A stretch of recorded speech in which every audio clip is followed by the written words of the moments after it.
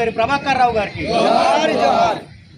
జోహార్ comrade Anabheri Prabhakar Rao గారికి, జోహార్ మాందాపూర్ అమర వీరులకు, జోహార్ మాందాపూర్ అమర వీరులకు. సాధిద్దాం అనబేరి ఆశయాలను, సాధిద్దాం అనబేరి ఆశయాలను. వర్ధిల్లాలి భారత కమ్యూనిస్టు పార్టీ, సిపిఐ జిందాబాద్, జిందాబాద్. పోలంపల్లి ముద్దుబిడ్డ, పోరు తల్లి పులిబిడ్డ, తెలంగాణ రైతాంగ సాయుధ పోరాట వీరుడు కామ్రేడ్ అనబేరి ప్రభాకర్ రావు గారి 77వ వర్ధంతిని తన సొంత గ్రామం అయినటువంటి కరీంనగర్ జిల్లా తిమ్మాపూర్ మండలం పోలంపల్లి గ్రామంలో ఘనంగా అతనికి నివాళులు అర్పించడం జరిగింది. సిపిఐ కార్యకర్తలు, గ్రామస్తులు కలిసి ఈరోజు కార్మిక సంఘాలు కలిసి అతని వర్ధంతి కార్యక్రమాన్ని నిర్వహించుకోవడం జరిగింది. అలాగే ఊరూరా వాడవాడల అనబేరి ప్రభాకర్ రావు గారి గొప్పతనం తెలిసిన ప్రతి చోట ఈరోజు అతని వర్ధంతి కార్యక్రమాలు జరుగుతాయి. కరీంనగర్ హెడ్ క్వార్టర్లో అతను 1948 మార్చి 14న సింగిరెడ్డి భూపతి రెడ్డితో కలిసి మిగతా 12 మంది దళ సభ్యులతోటి సిద్దిపేట జిల్లా మహమ్మదాపూర్లో అతను రజాకార్ల చేతిలో మొట్టమొదటి ఎన్కౌంటర్ కాబడ్డ వ్యక్తి కామ్రేడ్ అనబేరి ప్రభాకర్ రావు గారు.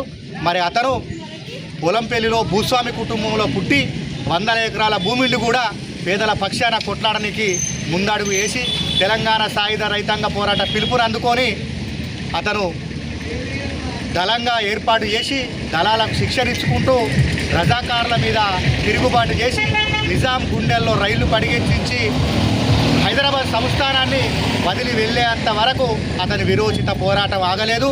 ఒక పక్క నిజాం నవాబ్తో పోరాటం, మరో పక్క పల్లెల్లో అప్పుడు దొరలు, భూస్వాములు, జగీందారులు వీళ్ళందరూ ఈ పేద మధ్యతరగతి కుటుంబీకులను పట్టి పీడిస్తున్న కాలంలో ఇటు దొరలు, పట్వారి వ్యవస్థకు వ్యతిరేకంగా అతను పోరాటం నిర్వహించినాడు. ఆనాడు దొరలకు వ్యతిరేకంగా, పట్వారి వ్యవస్థకు వ్యతిరేకంగా అతను పోరాటాలు చేయకపోతే అందరూ బానిసలుగా ఉండే పరిస్థితి, అందరూ దొరల కింద వెట్టి చాకిరీ చేసే పరిస్థితి. దాన్ని ఎదుర్కొని అతను ముందుగా భూస్వామి కుటుంబంలో పుట్టి భూస్వాములనే వ్యతిరేకించి నిజాం సంస్థానాన్ని, హైదరాబాద్ సంస్థానాన్ని మనకు దక్కేంత వరకు తన ప్రాణాలను సైతం లెక్క చేయకుండా విరోచిత పోరాటం చేసిన గొప్ప యోధుడు కామ్రేడ్ అనబేరి ప్రభాకర్ రావు గారు. మరి అతని వర్ధంతిని ప్రభుత్వం అధికారికంగా నిర్వహించి అతనికి ఈ వర్ధంతి జయంతులను ప్రభుత్వమే నిర్వహించుకుంటూ సెలవు దినంగా ప్రకటించాలని నేను కమ్యూనిస్టు పార్టీ తరఫున డిమాండ్ చేస్తున్నాను. సిపిఐ తిమ్మాపూర్ మండల కార్యదర్శి కామ్రేడ్ బోయిన్ తిరుపతి.